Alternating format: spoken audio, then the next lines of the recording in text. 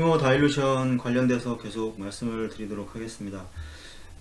대부분 체외순환 CPB 과정에서는 이제 30% 이하를 유지를 하려고 하고, 주로 이제 25% 이 전후로 유지를 하게 되는데, 이 30% 이상일 이렇게 좀 높은 경우에서의 헤마토크리트가 높은 경우에는 이 마이크로 서큘레이터리 플로우가 이제 그 어떤 그 저항에 의해서 이제 감소를 하게 되고, 그 다음에 이제 뭐 라지 블러드 볼륨이라던가 이제 높은 헤마토크리트에서 이제 이런 경우에서는 이제 프리 펌프에서 이 플레보토미, 이거를 우리 사열이라고 하는데, 저번 시간에 아마 이거 플레벡토미 뇌절제술처럼 그런 식으로 발음을 했던 것 같긴 한데, 이 플레보토미는 사열입니다. 이게 수술 전에 펌프를 운영하기 전에 밖으로 혈액을 빼내는 겁니다. 보존을 하려고 빼내는 건데, 이거 말고도 마취과 쪽에서 이제 IAD라던가 ANH라고 하는 이제 방식을 이용해서 이 혈액을 제거를 하게 되는데, 밖으로 빼내게 되는데, 이거는 이제 without 헤파린이라고 보통 얘기할 수 있는데, 이 헤파린으로부터 헤파린의 영향을 받지 않도록 홀블러드를 밖으로 빼내서 나중에 프레시 홀블러드죠. 프레시 홀블러드를 이제 수술 후에 이제 주입을 하게 되면, 이 프레시 홀블러드에는 플레틀리트라든가 여러 가지 이제 응고인자라든가 이런 것들이 다 살아있기 때문에 회로를 순환하지 않고, 그래서 이런 방법을 사용을 합니다. 그래서 보통 이제 펌프에서도 이 볼륨이 많다던가, 환자의 BSA가 커서 볼륨이 많다던가, 헤마토크릿이 높은 환자에서는 이제 플레보토미 사열과 이제 사열을 시행을 하게 되고, CPB 중에는 추가적인 다일루션을 시행을 해서 이 헤모글로빈을, 헤마토크리스를 30% 이하, 25% 이 전후로 유지를 하려고 하고 있습니다. 체온이 낮은 경우에는 이 30도의 체온에 따라서 이제 30도 이하일 경우에는 이 타겟 이제 되는 이제 헤마토크리트의 경우는 30% 이하를 유지를 하고, 25도C 이하일 경우에는 이제 25% 이하를 유지를 합니다. 이 체온이 떨어진다는 거는 결국에 이제 점도가 정상에 비해서 20에서 15에서 많게는 20% 이상 점도가 증가를 하기 때문에, 이 점도가 증가한다는 거는 아까도 말씀드렸지만 이 마이크로 서큘레이티브 플로우, 결국에는 이 조직에 이 플로우가 잘 공급이 안 될 수가 있습니다. 이 점도에 의한 저항에 의해서. 20% 이하일 경우에는 이제 올간 플로우의 이제 비정상적인 분배와 관련한 실험적 증거가 있다고는 하는데, 그 이하의 헤마토크리 레벨에서도 이제 임상적으로 잘 견딘다, 이렇게 얘기를 하고 있고, 15% 이하의 이제 아주 낮은 이 헤모다일루션에서도 하이퍼서믹 서큐 어레스트라든가 또는 여와의 증인 환자에서도 사용되는데, 이제 임상적으로 견딜만 하다, 이렇게 얘기를 하는데, 이거는 그냥 견딜만 하다는 거지 좋다고 하는 거는 아니라고 말씀을 드렸습니다. 그래서 결국에 이제 무혈 수술, 블러드리스 수술 같은 경우에는 이거를 발전된 거는 결국에 여와의 증인들이 이제 외부에서 남의 혈액을 이제 주입받는 거를 거부하기 때문에, 교리로. 그래서 이런 여와의 증인 환자들 때문에 이제 이런 무혈 수술들이 발전을 했고, 이 CPB 동안 이제 헤마토크릿에 영향을 주는 인자들은 많이 있습니다. 많이 있는데, 결국에는 이제 환자의 몸무게, 성별, 에이지, 이것들은 결국에 환자의 이 체액량과 관련이 있기 때문에, 이 환자의 체액량이 많으면 많을수록 이 헤모글로빈과 이런 거는 영향을 분명히 주게 됩니다. 체액량이 많다는 거는 결국에는 혈액량 자체가 많다는 거기 때문에 이렇게 영향을 주게 되고, 그 다음에 이제 수술 전에 이제 아네미아라던가 어떤 이제 폴리사이세미아라던가 이런 경우에 있는 경우도 당연히 헤마토크릿에 영향을 주게 되고, 이 CPB 서킷의 볼륨, 그러니까 서킷의 이제 길이와 그 다음에 이제 튜빙의 이제 사이즈입니다. 내경. 이 사이즈에 따라서 이제 볼륨과 이제 이렇게 길이에 따라서 이 히모다일루션이 이제 영향을 받겠죠. 더 많은 이제 수액이 이제 들어가게 되고, 당연히 관련된 건데, CPB 서킷의 볼륨과 이제 길이가 길어진다고 하면 당연히 프라이밍 볼륨은 증가를 하기 때문에 헤마토크릿에 영향을 이제 주게 됩니다. 그 다음에 이제 CPB 전에 이제 그 마취과 쪽에서 주입된 볼륨의 양도 들어간 양에 따라서 결국에는 게다가 환자 안에 이제 그 다 체액량으로 잡혀 있기 때문에 이것도 같이 계산을 해줘야 되고, 이 회론에 유입된 이제 크리스톨로이드 이제 카디오플레지아도 뭐 종류에 따라 틀리긴 하지만 크게 두 종류로 나누게 됩니다. 크리스톨로이드와 이제 블러드 카디오플레지아고, 크리스톨로이드는 이제 뭐 크게 HTK와 그 이제 델리도로 보통 요즘은 나누게 되는데, 그 문제는 이런 것들이 너무 많이 들어오게 되면 결국에 이제 히모다일루션을, 이 베이스가 다 크리스톨로이드이기 때문에 이 헤마토크리스에 당연히 영향을 주게 될 겁니다. 그래서 인트라 CPB에 첨가된 이제 그 어떤 볼륨과 또는 이제 콜로이드 볼륨, 이제 콜로이드 볼륨도 볼륨이라기보다는 이제 결국에는 크리스톨로이드 볼륨에 따라서 이제 영향을 받게 될 것이고, 당연히 콜로이드 볼륨도 혈관에 주입이 된다고 하면 이 콜로이드에 의해서 이제 어떤 삼투압 영향을 받기 때문에 이제 뭐 간질구역에서 볼륨이 땡겨져 오는 이런 영향도 있을 겁니다. 그 다음에 유린 아웃풋이 당연히 이제 뭐 많아지면 많아지거나 아직 뭐 나오지 않는다거나 이런 경우에서도 이제 결국에는 CPB 동안에 이런 헤마토크릿에 영향을 주는 인자들이 될 겁니다.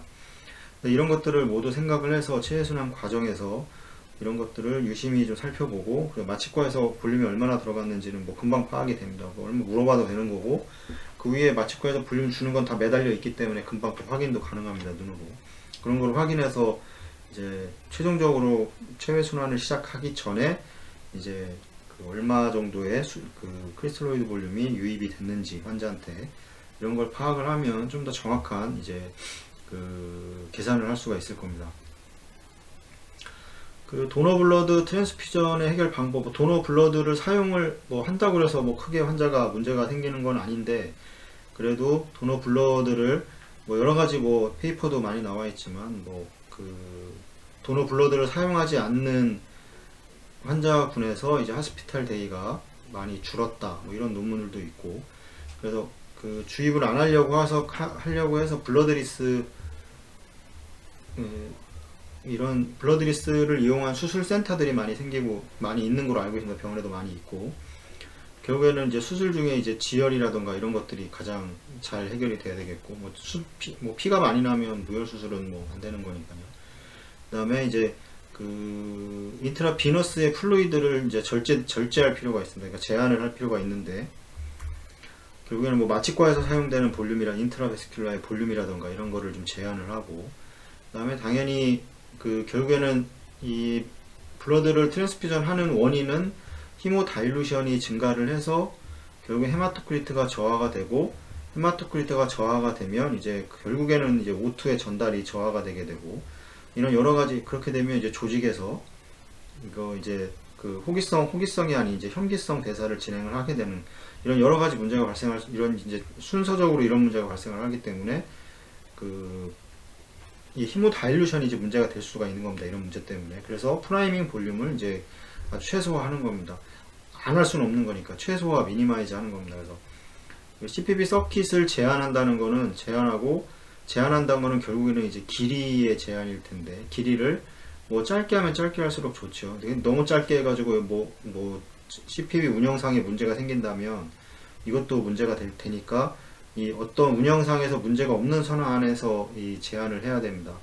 그러면 적정한 사이즈의 선택을 해야 되겠고, 뭐 보통은 저번 시간에도 똑같은 얘기 말씀을 드렸지만, 뭐 어덜트라고 해서 어덜트의 기준이 뭐냐 이렇게 따지고 본다 그러면, 뭐 어덜트의 기준을 몸무게로 볼 거냐 아니면 나이로 볼 거냐인데, 이 결국에 BSA로 볼 거냐 뭐 나이로 볼 거냐인데, 나이가 많다고 해서 뭐 다 어덜트 튜빙팩을 사용할 필요는 없습니다. 말씀드렸지만 예를 들어 150에 150cm에 뭐 35kg 환자다, 이런 환자들을 굳이 어덜트를 사용할 필요가 없는 겁니다. 이 환자는 그냥 뭐 페디아트릭 튜빙팩을 이용을 해서 사용을 하면 그 사이즈를 줄일 수 있기 때문에 그만큼의 이제 프라이밍 볼륨이 줄어들겠죠. 근데 반대로 만약에 성인이라고 얘기하는데 뭐 15살짜리인데 예를 들어 뭐 175에 예를 들어 뭐 80kg이다. 이런 환자들은 15살이면 성인은 아니지 않습니까? 이런 환자들은 페디아트릭을 쓸 수가 없습니다. 몸무게 자체가 이렇게 많이 늘어나고 관료량도 증가를 해야 되기 때문에. 근데 이런 뭐 어덜트다, 그래서 어떤 성인이다 이렇게 따졌을 때 이걸 나이로 볼 거냐 몸으로 볼 거냐가 아니라 결국에는 이 환자한테 그 카디악 아웃풋을 얼만큼을 형성을 해줘야 될 거냐가 더 중요한 겁니다. 그래서 이런 거를 확인을 해서 그냥 뭐 나이만 많다고 그래서 몸무게를 보지를 않고 이런 식으로 뭐 그냥 습관적으로 튜빙을 선택한다거나 이러면 안 된다는 건데, 결국엔 튜빙의 선택의 목적은 결국엔 카디악 아웃풋 자체를 증가를 시켜서 결국엔 조직에 이 산소 공급을 하는 거기 때문에 이거를 충분히 해줄 수 있는 걸로 적정히 해줄 수 있다면 그거를 선택을 하면 되는 겁니다. 그래서 이런 부분에서도 좀 생각을 할 필요가 있고, 이 적절한 시간에 이제 블러드 샘플, 이거는 그 ABJ를 그 체외순환 CPB를 시행을 하고 뭐 얼마 안 있다가 한번 계속 어느 시간 정도의 그 믹싱이 될 때까지 시간을 줘야 되는데, 그러지 못하는 경우에는 이 블러드 샘플링을 했을 때 너무 이른 시간에 블러딩 샘플링을 하게 되면 이 헤마토크리트 자체가 좀 낮아져 있을 수 있습니다. 정상 그 원래 있는 것보다. 이런 거라서 이제 적절한 시간에 좀 더 시간을 주고 블러드 샘플링을 해야 된다는 거. 당연히 이제 결국에는 물과 관련되기 때문에 이 헤모 컨센트레이션 디바이스를 설치를 꼭 해야 되고, 이 컨벤셔널과 이제 모디파이드 울트라 헤모필트레이션을 꼭 진행을 하는 게 이 도너 블러드 트랜스퓨전의 해결 방법입니다. 근데 여기서 오해를 할 수가 있는데, 도너 블러드를 뭐 안 줘야 된다 이게 아닙니다. 이게 안 주는 게 아니고, 만약에 뭐 3파인트를 줬다 그런 거를 뭐 1파인트로 줄인다던가 이런 과정을 거치는 건 뭐 당연히 안 주면 뭐 더 좋겠죠. 하지만 이 세 파인트를 주는 것보다 어떤 방법을 통해서 한 개만 줄 수 있다면 그것도 환자한테는 이로운 방법이 될 수 있기 때문에 안 줘야 된다 이런 개념은 아니라는 겁니다. 그래서 안 주면 뭐 좋을 수 있지만 이런 3개, 4개를 주는 것보다 1개, 2개를 주는 게 낫겠죠.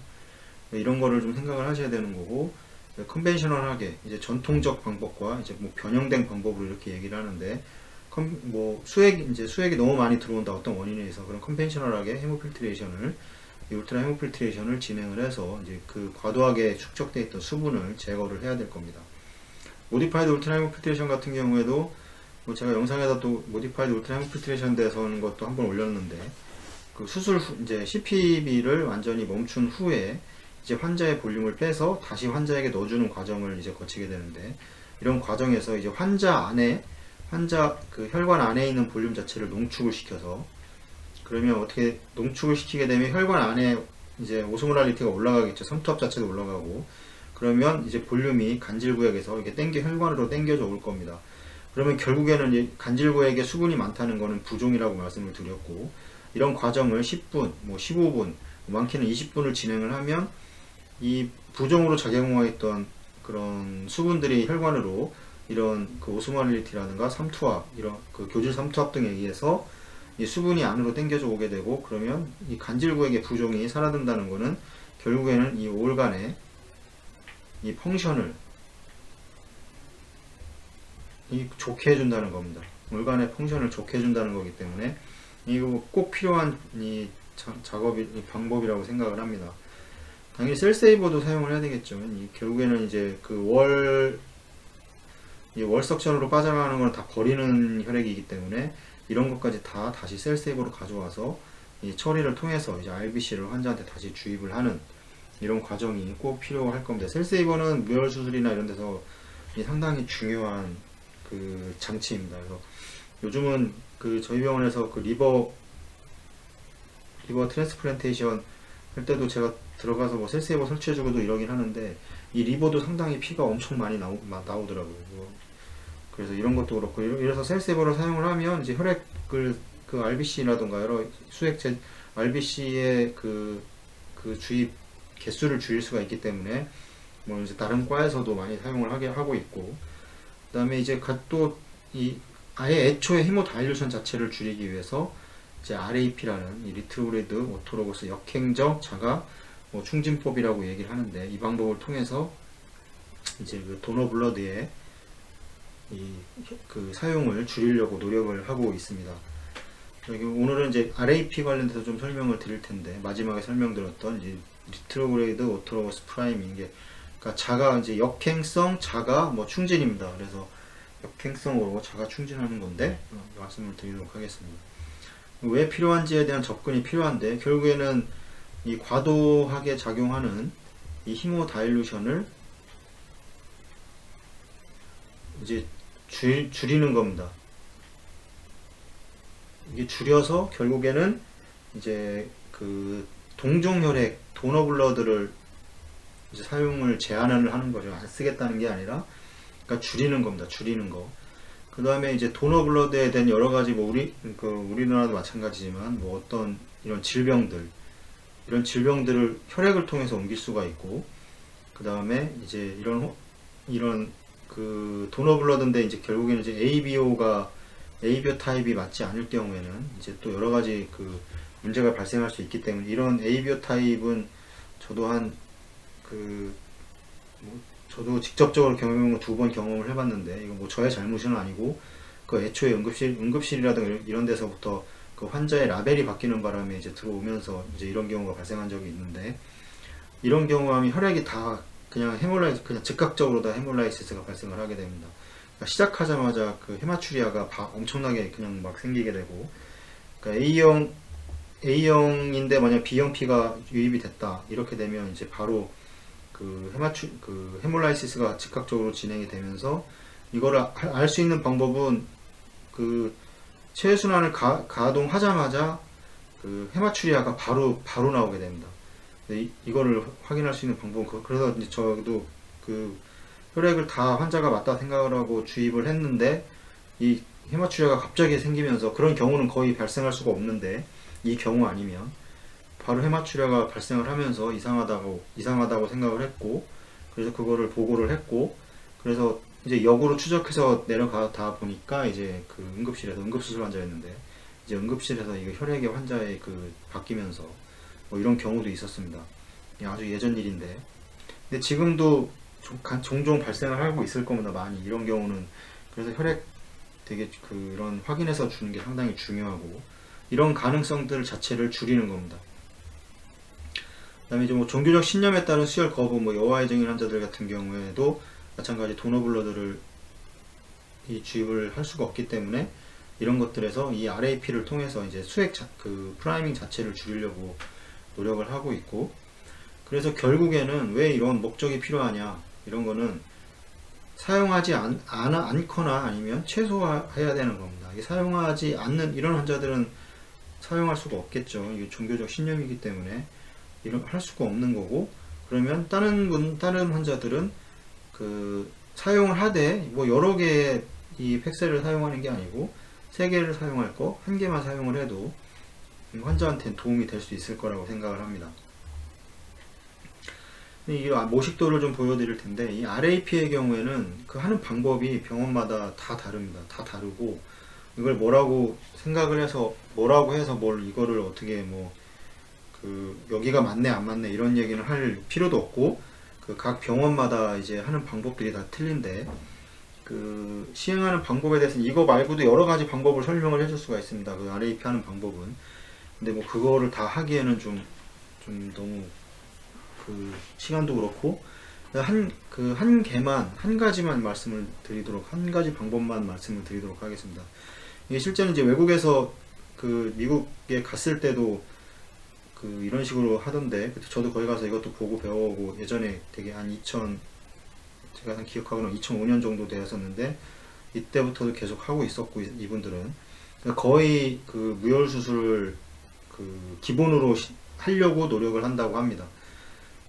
뭐 하다가 중간에 혈액을 사용할 수 있겠지만, 항상 루틴은 그 혈액을 사용하지 않고 수술을 하는 것을 목적으로 하고 있고, 미국 같은 경우에는 워낙 그 환자들 자체가 등치가 큰 환자들이 많기 때문에 거의 대부분은 뭐 다 무혈 수술을 한다고 그때도 얘기를 하던데, 우리나라 같은 경우는 그렇지 않죠. 되게 작은 사람도 많고, 근데 외국은 보통적으로 우리나라보다는 그 덩치들이 다 크고, 그러니까 덩치가 크다는 거는 결국에는 뭐 BSA 자체가 크기 때문에 가지고 있는 혈액량 자체도 많습니다. 많게 되면서, 혈액량이 많다는 건 결국에는 뭐 굳이 사용할 필요가 없다는 거니까, 이 회로 자체는 한정이 되어 있습니다. 결국에는 거의 고정이라고 생각을 하고, 여기서 변하는 거는 프라이밍 볼륨을 줄이던가 아니면 환자가 가지고 있는 혈액량이 많던가 이러면은 뭐 당연히 그 피를 사용할 필요가 없을 겁니다. 요거는 어느 정도 항상 고정되어 있는 양을 가지고 있고, 그러면 변수는 프라이밍 용량을 줄이거나 아니면 이 환자가 볼륨이 자기가 가지고 있는 게 많거나 이렇게 되면 뭐 그런 확률, 피를 사용할 수 있는 확률은 더 줄어드는 게 되는 겁니다.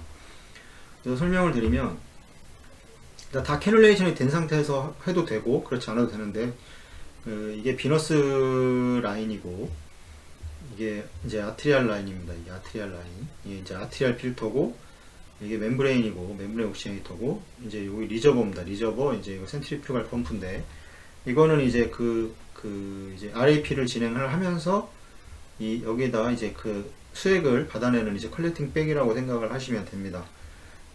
그 그림은 그렇게 이해가 안 되시거나 그러진 않을 것 같은데, 최초에는 어떻게 하냐면 이제 프라이밍을 다 하고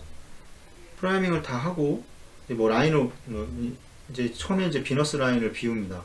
비너스 라인에 채워져 있는 볼륨을 완전히 이제 리저버로 비우게 됩니다. 그럼 여기는 비어져 있는 거고, 그 다음에 어떻게 하냐면 이제 센트리퓨가를 가동을 합니다. 가동을 해서 이제 그렇게 되면 이제 1번 클램프를 풀게 되면 이제 볼륨이 쭉 빠져나오겠죠. 여기까지 그 리저버의 볼륨, 이제 리저버의 볼륨을 0에 가깝게 이제 이렇게 비우고, 그러면 여기 그 나머지는 이만큼 비우는 겁니다. 리저버에 있던 볼륨을 이렇게 빼서 여기로 빼는 겁니다. 이 컬렉팅 백으로.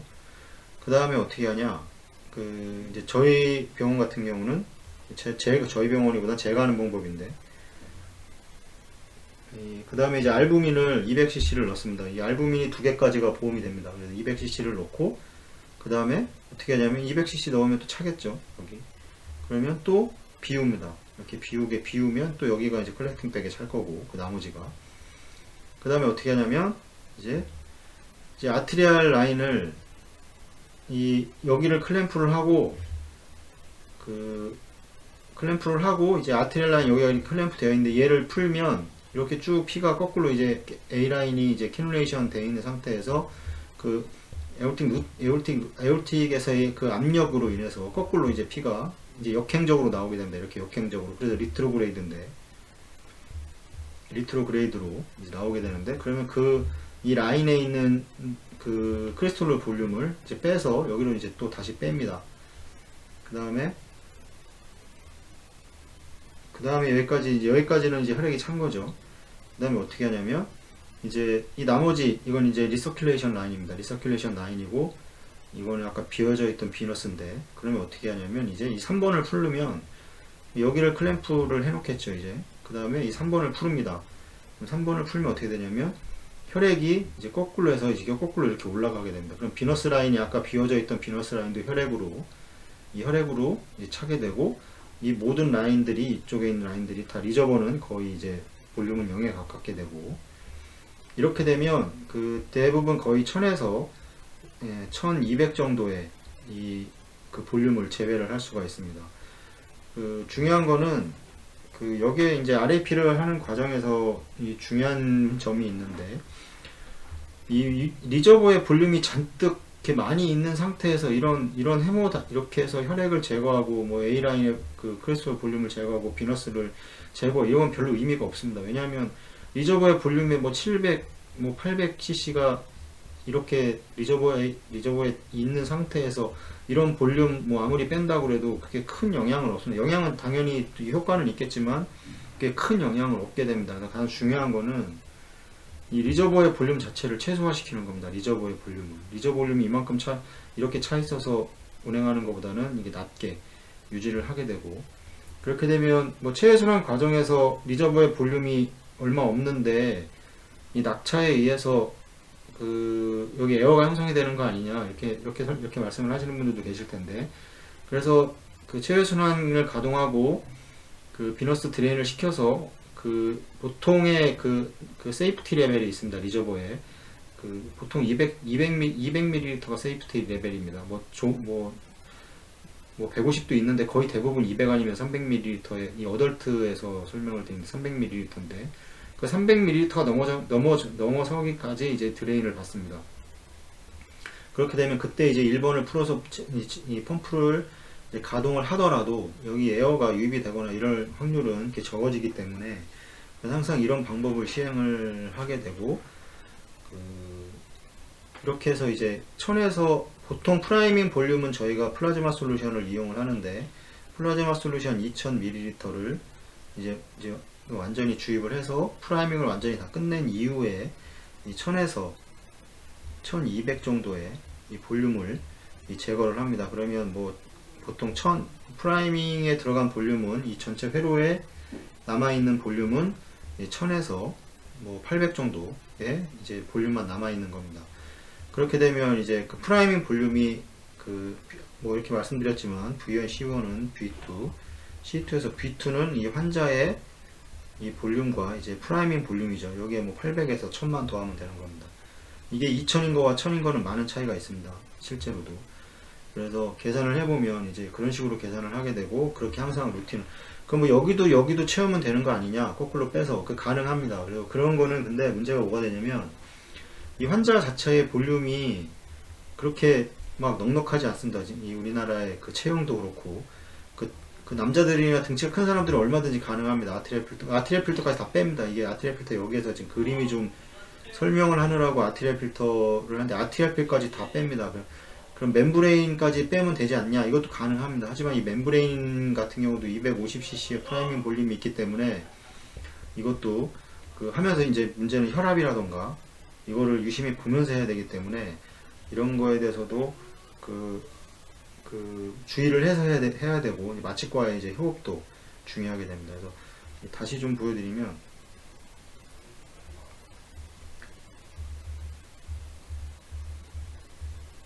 이렇게 돼 있을 때 이제 다 프라임이 끝나면 리저버에도 볼륨이 남아 있겠죠. 볼륨이 남아 있는 경우에서 최초 이제 볼륨을 비우면 이제 이만큼이 늘어날 거고, 그 다음이 이제 가동을 하고 1번을 풀러서 이제 그 리저버에 있는 볼륨을 서서히 뺍니다.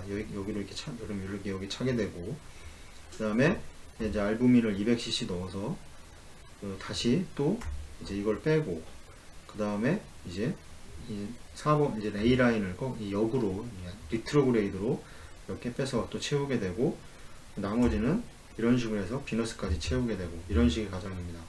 이렇게 되면 충분히 그만 제거할 수 있게 되는 거고, 이제 여기까지 아트리얼 필터까지 완전히 그 혈액을 채우게, 이제 자기 그 환자의 혈액으로 채우게 되는 겁니다. 이제 소아의 경우에는 뭐 소아의 경우도 다 이제 이런 식으로 시작을 하는데, 이제 줄이기 위해서 라인을, 이제 소아의 경우에서는 이 라인을 최대한 짧게 하는 게 가장 좋은 방법입니다. 워낙에 소아 같은 경우는 이 헤모다일루션이 적게는 50에서 많게는 200%까지 이 헤모다일루션이 진행이 됩니다. 이게 무조건 무조건 소아에서는 그 헤모다일루션 회로 자체의 그 용량이 크기 때문에 헤모다일루션 자체가 너무 많아진다는 거는 알고 가야 되는 겁니다. 그래서 최고 좋은 거는 양을 줄이는, 프라임 양을 줄이기 위해서는 라인을 짧게 하는 게, 소아 수술을 하시는 분들은 알겠지만 펌프를 최대한 환자한테 붙이고 이런 과정에 라인을 짧게 하고, 그래서 프라이밍 용량 자체를 줄이려고 많이 노력을 하고 있습니다. 실제로도. 그러면 뭐 이렇게 줄일 수 있다는 거. 그 다음에 이제 이런 방법, RAP를 시행을 하면서 이제 CBP는 환자 자체 혈액을 리트로그레이드로 제거를 해야 되는 상황이기 때문에 CBP가 좀 이 정도는 유지를 해야 되고, BP도 떨어질 수가 있습니다. 이 혈액 볼륨 자체가 줄어들기 때문에 BP도 좀 유지를 하려고 하고, 그래서 이 BP 같은 거 유지할 때는 이제 마취과의 뭐 약을 체외순환 과정이 아니기 때문에 저희가 무슨 약을 쓰거나 그럴 수가 없습니다. 그래서 마취과에서 이제 약을 써줄 수 있도록, 혈압을 유지해 줄 수 있도록 이렇게 유지를 하고, 그 다음에 결국에는 이제 이런 환자에서 이 판막 질환을 가진 환자가 더 유리할 겁니다. 왜냐면 체액량 자체가 완전히 늘어나 있는 환자들, 이런 환자들은 체액량 자체가 이 코로나 환자보다는 이 밸브 환자에서 훨씬 더 많을 확률이 높기 때문에, 당연히 뭐 소아 성인 나눴을 때 성인이 당연히 유리하겠죠. 남자 여자를 봤을 때는 남자가 체액량 자체가 많기 때문에 더 유리할 것이고, 이 소아에서는 가장 중요한 거는 이 회로를 간결화하는 게 제일 좋습니다. 짧게 간결화라는 거는 너무 짧게 해서 뭐 수술하는데 지장을 받을 게 아니라 최대한 그런 상황이 발생하지 않도록 펌프를 환자에 가장 근접하게 더 다가간다거나 뭐 이런 방법을 통해서 이 회로의 이 길이를 줄이는 방향을 많이 사용을 하고 있습니다. 뭐 아무리 회로의 길이를 프라이밍 볼륨 RAP를 많이 한다고 해도 이 회로의 길이가 너무 길다 그러면 이 효과가 별로 없기 때문에 이제 회로의 길이를 짧게 하려고 하는 겁니다. 그래서 오늘 여기까지 말씀을 드리도록 하겠습니다. 시청해 주셔서 감사합니다.